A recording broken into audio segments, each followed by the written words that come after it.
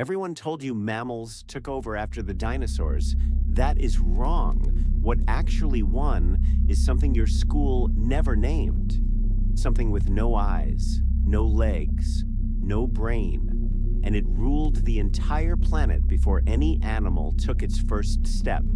Extinction is not an ending. It is a transfer of power. The creatures that received it are the strangest things that have ever lived. Not the ones you were taught. Not the ones you expected. 4 revelations, each one stranger than the last, and the final one is still alive today. The first thing to rule this planet after the dinosaurs had no eyes, no legs, no brain. Stay with that. The asteroid does not hand the planet to mammals. It hands it to fungi. Think about what the impact leaves behind. Billions of dead bodies, billions of dead trees. Every food chain collapsed. Nothing photosynthesizing, nothing growing. Just mass, dead, rotting, piled across every continent on Earth. Fungi do not need sunlight.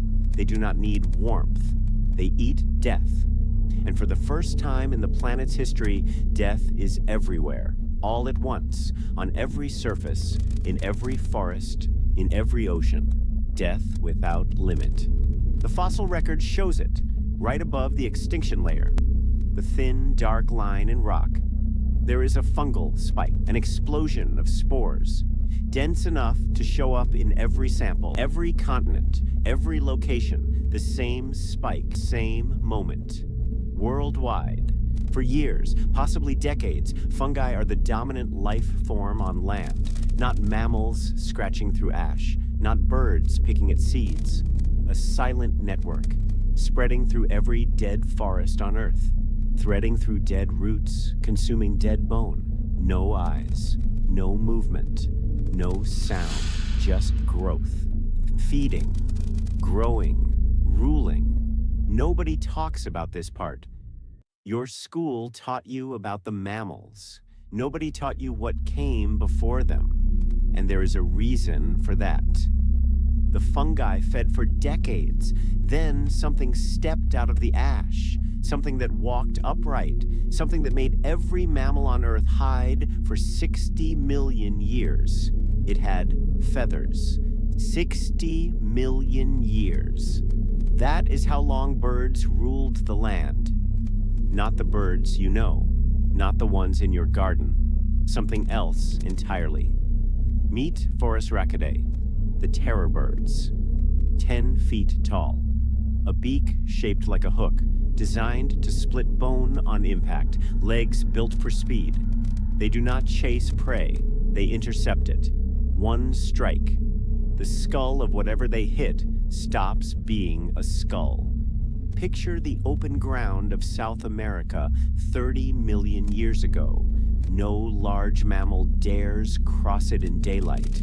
Not because of heat, not because of drought, because something 10 feet tall is watching from the tree line. And it does not miss. Terror birds spread across every continent. South America, North America, Europe, Africa. Everywhere the land opened after the dinosaurs fell, terror birds walked in and owned it. For 60 million years, longer than primates have existed, the dominant land predators were birds. And mammals? They hid. They stayed small. They stayed nocturnal. They moved along edges. Any mammal bold enough to walk in the open did not survive to pass that boldness on. Here is the impossible claim. Birds did not descend from dinosaurs. Birds are dinosaurs. The creatures that survived, took over, ruled for 60 million years, and still live today. They are the last dinosaurs, alive, in your garden, in a cage in a pet store, looking at you through the bars. The dinosaurs never died. They just got smaller and stranger. Forget what you know about crocodiles, the slow thing in the river. That is not what this was. Meet Caprosicus, It did not crawl. It ran, long legs positioned directly under its body like a cheetah, jaws lined with interlocking teeth, built not for crushing, built for tearing, fast enough to run down prey in open ground. It did not ambush from water. It hunted like a wolf, like something that wanted the land, not the river. And Porosaurus, 46 feet, the largest crocodilian that has ever existed. It did not share territory, it defined it. Whatever lived near its water lived on its terms. Nothing challenged it. Nothing came close. While the surface burned, the deep ocean did not notice. Thousands of meters below, creatures continued living normally, feeding, moving, existing, completely unaware that the world above them was ending. Some of those creatures are still down there today, unchanged, unaware, still living in the world that existed before the disaster. For millions of years after the extinction, crocodilian relatives are the apex predators, on land and in water, simultaneously. Not mammals, not birds, crocodiles. They come within a few million years, nothing in deep time, of permanent dominance on every continent. Something stops them. The planet warms, the inland seas drain, the vast, shallow wetlands that made their dominance possible begin to disappear, slowly, irreversibly. And the mammals, those small, nocturnal, patient things, step into the open for the first time. The crocodile retreats to the river. It has been there ever since, still waiting, still the same. Still using the exact body plan it had when it nearly won. We share this planet with the animal that almost replaced us. It has not changed because it does not need to. It was already perfect enough to survive everything. Twice. Here is what nobody tells you. The real winner of the extinction is not a single creature. It is a strategy. The strategy of being so strange that nothing else knew how to kill you.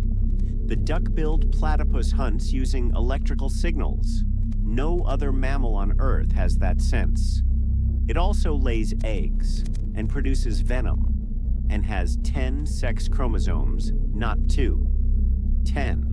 Biologists who received the first specimen in 1799 checked the skin for stitches.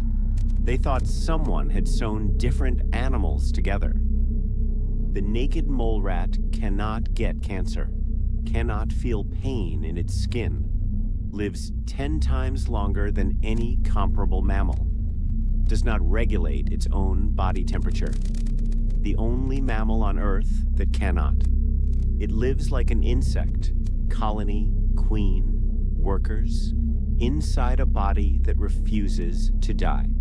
Mantis shrimp, 16 color channels. You have 3. Its punch boils the water around its fist.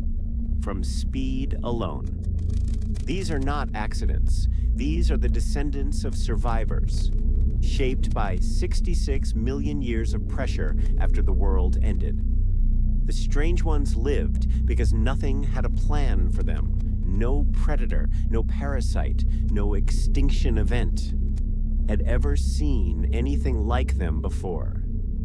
The extinction did not reward the strongest. It did not reward the largest. It rewarded the ones impossible to predict, impossible to prepare for, impossible to stop. The dinosaurs died, and the world filled with things that should not exist.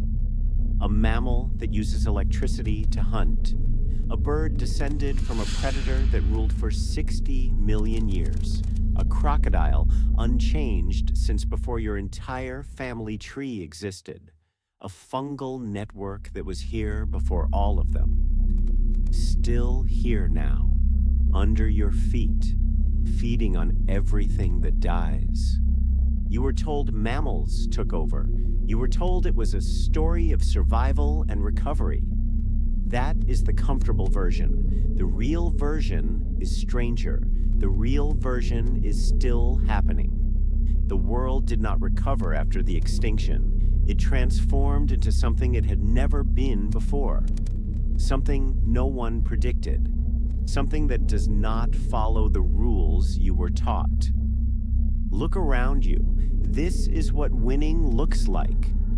Strange, patient, impossible to kill. And it is not done yet.